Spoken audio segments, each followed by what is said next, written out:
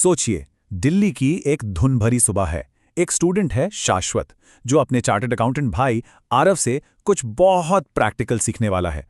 आज हम उन्हीं के साथ मिलकर जीएसटी रजिस्ट्रेशन की दुनिया को समझने की कोशिश करेंगे, जिसे बिजनेस का पासपोर्ट भी कहा जाता है। जैसे ही शाश्वत आरव के ऑफिस पहुंचता है, उसे एक बड़ी दिलचस्प बात पता चलती है। आरव कहता है, जीएसटी रजिस्ट्रेशन समझो एक बिजनेस पासपोर्ट की तरह है। इसके बिना ना तो कानूनी तौर पर व्यापार कर सकते हो, ना टैक्स वसूल सकते हो और ना ही अपना बकाया क्लेम कर सकते हो। यही वो आइडिया है जो आज हमारी पूरी चर्चा का सेंटर पॉइंट है।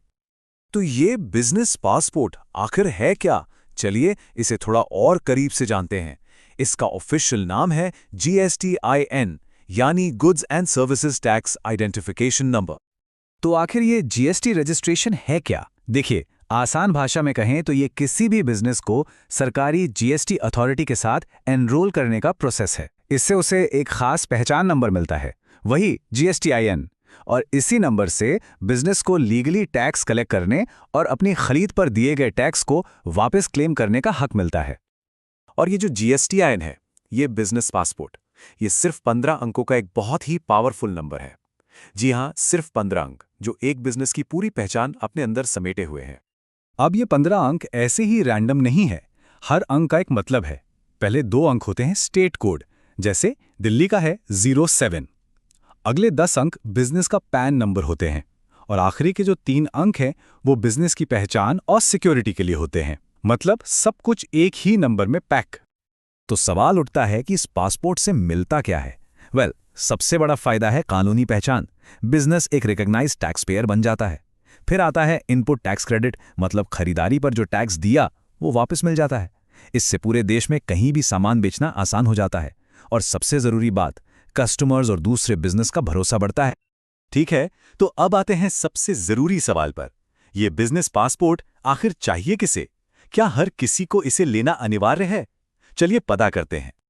देखिए, रजिस्ट्रेशन की जरूरत ज्यादातर आपके सालाना टर्नओवर पर निर्भर करती है। नॉर्मल राज्यों में अगर कोई सिर्फ सामान बेचता है तो लिमिट है 40 लाख। अगर कोई सेवाएं देता है तो ये लिमिट 20 लाख है।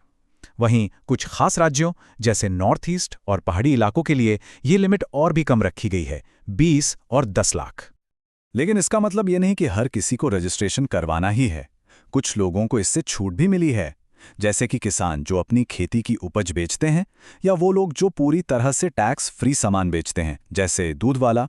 और हाँ, वो छोटे सप्लायर्स जिनका टर्नओवर तय सीमा से कम है, उन्हें भी छूट है। लेकिन कुछ ऐसे भी बिजनेस हैं जिनके लिए कोई छूट नहीं है। उनका टर्नओवर चाहे कुछ भी हो, 0 ही क्यों ना हो, उन्हें जीएसटी रजिस्ट्रेशन करवाना ही पड़ता है। ये कौन लोग हैं? जैसे अगर कोई व्यापारी एक राज्य से दूसरे राज्य में माल बेचता है, मान लीजिए दिल्ली से गुड़गांव, तो रजिस्ट्रेशन जरूरी है। या फिर कोई प्रगति मैदान जैसे किसी मेले में एक अस्थायी स्टॉल लगाता है।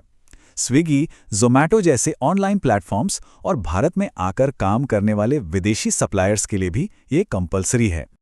तो यहाँ 2 रास्ते हैं। एक है कंपलसरी रजिस्ट्रेशन, जो बिजनेस के टाइप या टर्नओवर के हिसाब से कानूनन जरूरी है। दूसरा है वॉलंटरी रजिस्ट्रेशन, जहां बिजनेस तय सीमा से नीचे होने के बावजूद खुद को रजिस्टर करवाता है। अब कोई ऐसा क्यों करेगा? अक्सर इनपुट टैक्स क्रेडिट क्लेम करने और B2B यानी बिजनेस टू बिजनेस मार्केट में अपनी क्रेडिबिलिटी बनाने के लिए। तो आइए अब देखते हैं कि ये रजिस्ट्रेशन असल में होता कैसे है। ये एक फॉर्म भरने से लेकर सर्टिफिकेट मिलने तक का एक पूरा सफर है। ये प्रोसेस मोटा-मोटा 4 स्टेप्स में होता है। सबसे पहले जीएसटी पोर्टल पर एक ऑनलाइन फॉर्म भरना होता है। फिर एक ऑफिसर 7 कामकाजी दिनों के अंदर आपके डॉक्यूमेंट्स की जांच करता है। अगर सब कुछ सही है तो आपको अपना सर्टिफिकेट और GSTIN मिल जाता है। और हाँ, जरूरत पड़ने पर अधिकारी आपके बिजनेस की जगह पर आकर फिजिकल वेरिफिकेशन भी कर सकता है। एक बिजनेस की तरह ही एक रजिस्ट्रेशन की लाइफ साइकिल का भी अंत हो सकता है। तो चलिए इसके आखिरी अध्यायों को भी जल्दी से समझ लेते हैं। रजिस्ट्रेशन खत्म करने के 2 तरीके हैं, कैंसिलेशन और रिवोकेशन। कैंसिलेशन का मतलब है रजिस्ट्रेशन को रद्द करना। ये तब होता है जब बिजनेस बंद हो जाए या किसी नियम का उल्लंघन हो। ये टैक्स पेयर खुद भी कर सकता है या ऑफिसर भी। वहीं अगर किसी ऑफिसर ने रजिस्ट्रेशन कैंसिल कर दिया है तो टैक्स पेयर अपनी गलती सुधार कर उसे फिर से चालू करने के लिए अप्लाई कर सकता है, जिसे रिवोकेशन कहते हैं। दिन के आखिर में आरव शाश्वत से एक बहुत गहरी बात कहता है, हर जीएसटीएन के पीछे एक सपना होता है, एक ऐसे इंसान का जो सही तरीके से आगे बढ़ना चाहता है। ये बात इस पूरी टेक्निकल प्रक्रिया को एक मानवीय चेहरा देती है। तो इस पूरी चर्चा का सार क्या है? यही कि जीएसटी रजिस्ट्रेशन सिर्फ एक नंबर या कागजी कार्रवाई नहीं है। ये एक बिजनेस का फॉर्मल इकोनॉमी में एंट्री टिकट है। ये उसे पहचान, विजिबिलिटी देता है और उसे देश के आर्थिक नक्शे पर एक जगह देता है। और अंत में ये सवाल सोचना लाजमी है, क्या एक टैक्स नंबर सिर्फ एक नियम है या ये किसी बिजनेस का पहला आधिकारिक अध्याय है? इस पे जरूर सोचिएगा।